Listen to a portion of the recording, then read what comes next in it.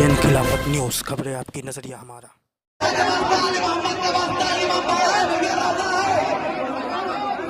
झगड़ा कर रहे हैं, गुंडा आए। आप देख रहे हैं KTN खिलाफत न्यूज़। दिल्ली से एक बड़ी खबर आ रही है। शाह मर्दा करबला में जो हुआ वो नहीं होना चाहिए। अपनी आपसी लड़ाई को अपने शहर लखनऊ तक महदूद रखना चाहिए, लेकिन ऐसा नहीं हो पाया। जहां तक वफ़ की संपत्ति को लेकर नेतागिरी चमकाने की बात है, उसमें लखनऊ के अधिकांश उलमा एक समान हैं। वैसे लखनऊ के आलिम जो वफ़ के मुतवल्ली हैं वो भी वक्फ़खोर हैं या वफ़ की संपत्ति को बेचने में लगे हैं। अंजुमन हैदरी के जनरल सेक्रेटरी बहादुर अब्बास से लोगों को सबक सीखना चाहिए, जिन्होंने वफ़ की संपत्ति का लेखा जोखा वेबसाइट पर डाल रखा है, जो काबिल तारीफ़ है। उनकी इस कार्रवाई से लोगों के मुंह पर ताले जड़ दिए। इसी तरह बहादुर अब्बास ने अपने ऊपर 7 करोड़ के गबन की चुनौती देते हुए कहा कि मौलाना यासूर अब्बास इसे साबित करें कि हमने कैसे गबन किया। बहरहाल दूसरे दिन की बैठक को सीनियर जर्नलिस्ट शौकत भारती ने बहादुर अब्बास द्वारा उठाए गए कदम की तारीफ़ की और जो कुछ कहा सुनिए उन्हीं की ज़ुबानी। मुख्तसर सा तारुफ ये है कि अकीदा हो, औकाफ हो, आज़ादारी हो या अहले बैत, इस 4A के ऊपर अकीदा, औकाफ, आज़ादारी, अहले बैत, इन पर कोई भी हो, कितना बड़ा भी हो, उसके खिलाफ लिखना बोलना ये मैं अपना फर्ज समझता हूं। ये मेरा मुख्तसर सा तारुफ है। मैं यहां पर आया क्यों, पहले तो ये बता दें, और मेरा ताल्लुक क्या है। औकाफ की लड़ाइयां मैं लड़ रहा हूं। वसीम मुर्तद का नाम आपने सुना होगा, खुदा की बेशुमार लानत हो उस पर। उसने उत्तर प्रदेश में लूट करवाई वक्फ की, उसके खिलाफ मैंने सेंट्रल वक्फ काउंसिल की इंक्वायरी सेटअप करवाई, उसके खिलाफ डिस्ट्रिक्ट लेवल इलाहाबाद की इंक्वायरी सेटअप हुई, उसके खिलाफ माइनॉरिटीज कमीशन में जांच सेट करवाई गई और 36 पन्ने की रिपोर्ट ये आई, जिसमें पता चला कि उत्तर प्रदेश में इस शख्स ने अरबों रुपए की प्रॉपर्टी की लूट की। उसी में एक इमामबाड़ा शहर इलाहाबाद का 200 साल पुराना था। मिनिस्टर, माफिया, मतवल्ली और बिल्डर के नेक्सस से 200 साल पुराने इमामबाड़े को बुलडोज करके कमर्शियल मार्केट में चेंज कर दिया गया और पता नहीं कौन सी टैबलेट खा के कौन सोती रही। जब माफिया का प्रेशर बिल्डअप हुआ और वक्त की बंदरबाट शुरू हुई तो कुछ लोगों ने मुझसे कहा नहीं, प्रोटेस्ट मत कीजिए, रोक दीजिए, बात मानने के लिए तैयार हैं। मैंने कहा क्या बात मानने के लिए तैयार हैं? उन्होंने कहा कि इसमें से कुछ ले लीजिए, कुछ इमामबाड़े को कर दिया जाए, कुछ इनको दे दिया जाए। हमने कहा मीटिंग में तो ये बात हुई थी कि अगर इसमें कोई गलत करेगा तो उसको इमाम जमाना समझेंगे, खातूने जन्नत शहजादी कौनैन समझेंगी। वादा आप लोगों ने इमामबाड़े में किया था, ये तो वादे से अलग हट गए। तो मैंने कहा एक बात सुन लीजिए, 1 इंच भी मैं इसकी नहीं दूंगा। बात तवज्जो से सुनिएगा। चौथे दिन उसी इमामबाड़े के अंदर कुछ उलमा और तमाम लोगों ने मिलकर यह फैसला कर दिया गया कि 2 दुकानें और तोड़ दी जाएंगी, बाकी किसको दे दिया जाए? जो 4 माला मंजिल बनी हुई इमारत उनको दे दिया जाए। अब जब ये बात हुई तो उसके बाद हमने कहा कि हमने अहद किया था कि 1 इंच नहीं छोड़ेंगे। सब बात हो गए, एक सुलह हो गई और शर्म की बात यह है कि शाहनशीन पर पेशाब खाना बना हुआ। 54 दुकानें, दुकानदार पेशाब कहां करेंगे? माज़अल्लाह, तौबा तौबा, शाहनशीन के ऊपर एक टॉयलेट बनाया गया था कॉमन। हमने उसको जब देखा किसी ने साथ नहीं दिया तो अकेले लेवल पर एप्लीकेशन दिया और खुदा भला करे इमाम जुमा मौलाना हसन रजा जैदी साहब का उन्होंने कहा मैं तुम्हारा साथ दूंगा। मैंने कहा या हम लोग मरेंगे या इसे बचाएंगे। उस बीच हम लोगों ने मौलाना कल्ब जवाद साहब से बातचीत की। मौलाना कल्ब जवाद साहब ने कहा कि हम दामे द्रामे सुखने आपके साथ खड़े हैं और अल्लाह का शुक्र है कि जो उन्होंने कहा था उन्होंने उसको पूरा भी किया।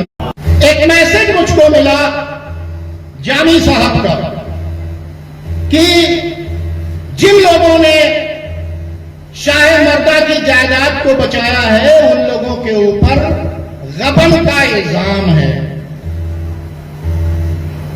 जब ये मुझको मिला मैसेज, मैंने बहादुर अब्बास साहब को फोन किया तो उन्होंने कहा कि भाई आप भी कौम के अंदर आपकी भी एक पोजीशन है छोटी मोटी, तो आप भी आ जाइए ताकि हम आपके सामने भी चीजों को रख दें। तो कल मैं यहां पर बैठा हुआ था, मैंने पूरी चीजों को सुना। कल जो मैसेज गया है वो बहुत बड़ा मैसेज गया है। दो मैसेज गए हैं, एक खराब मैसेज गया है, एक अच्छा मैसेज गया है। खराब मैसेज ये गया है कि सवाल करने वाले ने सवाल करने के बाद जवाब को सुनना चाहिए था, शोर नहीं करना चाहिए था।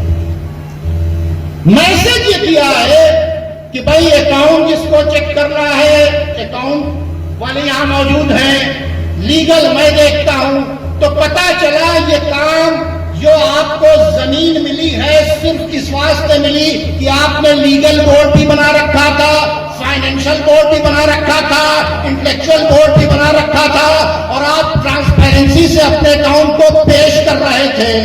काश ये बात हर डिस्ट्रिक्ट, हर अंजुमन, एक शहर की जितनी अंजुमन सब अपने अपने अकाउंट को ट्रांसपेरेंसी से पेश कर दे तो क्या भला हो। लेकिन क्या किया जाए, जब अंदर चोर होगा तो सामने सफाई आ नहीं सकती। क्योंकि मेरा ताल्लुक जर्नलिज्म से है, ठीक है, मैं एज एंकर लोगों को इंटरव्यू दिया करता हूं, मैं नेशनल और दूसरे चैनल्स के ऊपर डिबेट्स में आता हूं। तो एंकर क्या कहता है कि जो पॉइंट है उस पॉइंट पर बात कीजिए। पॉइंट ये था कि 7 करोड़ रुपए का गबन हुआ या नहीं हुआ। आपने जो मैसेज दिया था पूरे हिंदुस्तान के अंदर कि साहब इतना बड़ा गबन हो गया, तो उसको प्रूफ करना चाहिए। उसको प्रूफ करने का तरीका ये था कि जब सोशल साइट पर वो पड़ा हुआ था उसमें से देखते कहां कहां टेम्परिंग है अकाउंट के अंदर, किन किन पॉइंट्स में है। अपना भी एक अकाउंट का एक्सपर्ट लेके आते, अपना भी एक लीगल एक्सपर्ट लेकर आते और उसके बाद बैठकर पेपर्स को लोग देखते। तो यह है तरीका। भैया बहादुर अब्बास साहब, थोड़ा सा तवज्जो, जिसने कातलाने इमाम हुसैन से बदला लिया जनाब मुख्तार, जब उसकी शख्सियत मशकूक की जा रही है तो आपको माले इमाम बचा रहे हैं। तो इल्जाम लगेंगे, एलिगेशंस लगेंगे। दिक्कत यह हो रही है कि जमीन तो मिल गई, अगर ये 1300 करोड़ भी मिल गया तो ये तो अजीब बात होगी। जमीन भी मिल गया, पैसा भी मिल गया तो कंस्ट्रक्शन में वो लग जाएगा। तो जो मुद्दा था 7 करोड़ का गबन हुआ या नहीं, मुद्दे से अलग हटकर सोसाइटी पर बातचीत होने लगी। तो पॉइंट ऑफ डिस्प्यूट सोसाइटी नहीं था, पॉइंट ऑफ डिस्प्यूट मुद्दा यह था कि 7 करोड़ का गबन हुआ या नहीं हुआ।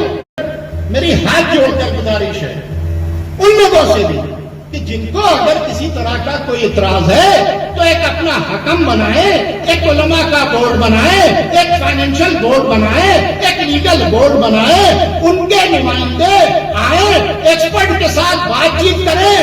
यह बेहतर है और यही तरीका कुरान का है। वरना तो फिर वो तरीका है कि जब रसूल अल्लाह जो थे तबलीग कर रहे थे, कहा जनाब अबू तालिब के घर के अंदर, और जब उन्होंने कुछ कहना चाहा तो शोर किया गया। तो ये शोर करने वाला तरीका नहीं पसंद है।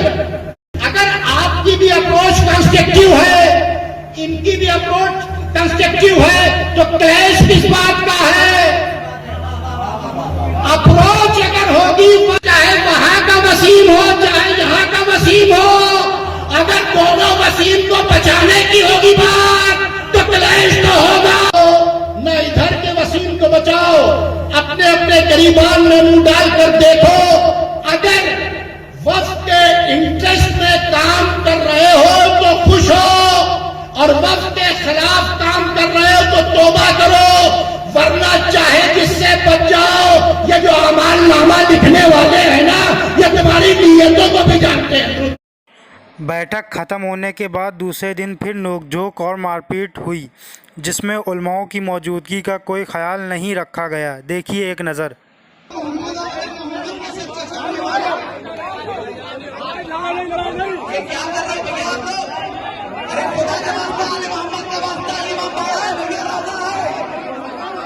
ये झगड़ा कर रहे हैं, गुंडा आए हैं लखनऊ से।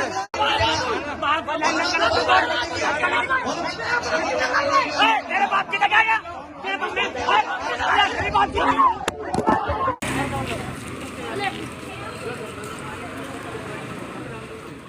बता दो 4 लोग कौन थे?